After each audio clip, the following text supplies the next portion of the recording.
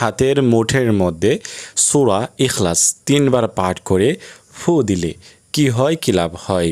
সম্মানিত দর্শক, আপনারা খুব সহজেই এই আমলটি করতে পারবেন এবং কারা কারা এই আমলটি করতে পারবেন, কিভাবে করবেন, কখন করবেন, এই সমস্ত বিষয় নিয়ে আজকে আলোচনা করব।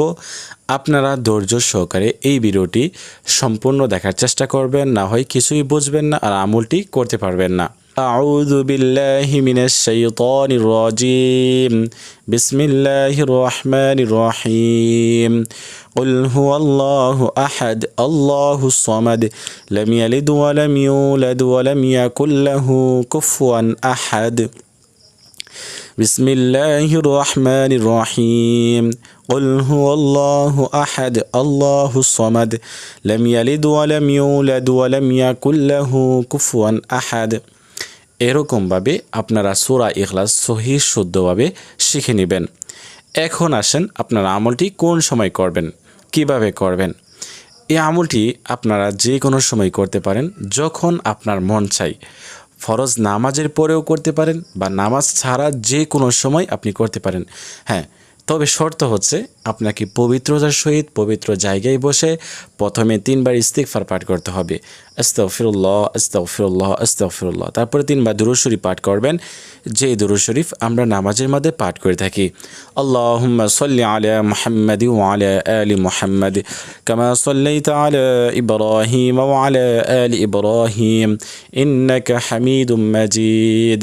আল্লাহুম্মা বারিক আলা মুহাম্মাদ ওয়া আলা আলি মুহাম্মাদ কামা বারাকতা আলা ইব্রাহিম ওয়া আলা আলি ইব্রাহিম ইন্নাকা হামিদুম মাজিদ। সম্পূর্ণ দুরূদ শরীফ আপনাদেরকে 3 বার পাঠ করতে হবে।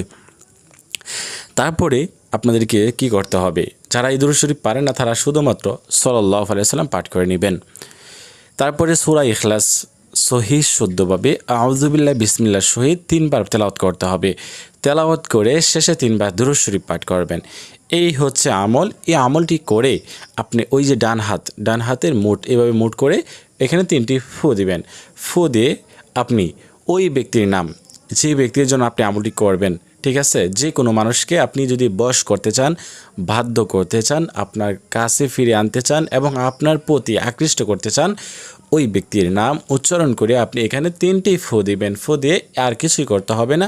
এই হচ্ছে আমল, ঠিক আছে। এভাবে আপনি হাতটা এরকমভাবে শেষ করে দিবেন, ঠিক আছে। এই হচ্ছে আমল। এই আমলটি করলে আল্লাহ তাআলার রহমতে ওই ব্যক্তি আপনার কথা শুনতে বাধ্য হবে, আপনার প্রতিটি কথা মানতে রাজি থাকবে এবং আপনার বশ হবে, আপনার বাধ্য হবে। হ্যাঁ, শুধু এই আমলটি করলে যে হবে এরকম না, আপনি আমলটি ইয়াকিন এবং বিশ্বাসের সহিত করবেন এবং কয়েকদিন পর্যন্ত করতে হবে এবং পাশাপাশি আল্লাহ তাআলার কাছে বেশি বেশি দোয়া করতে হবে যে ব্যক্তির জন্য আপনি আমলটি করতেছেন। তো আজকের মতো এই পর্যন্তই। আল্লাহ হাফেজ।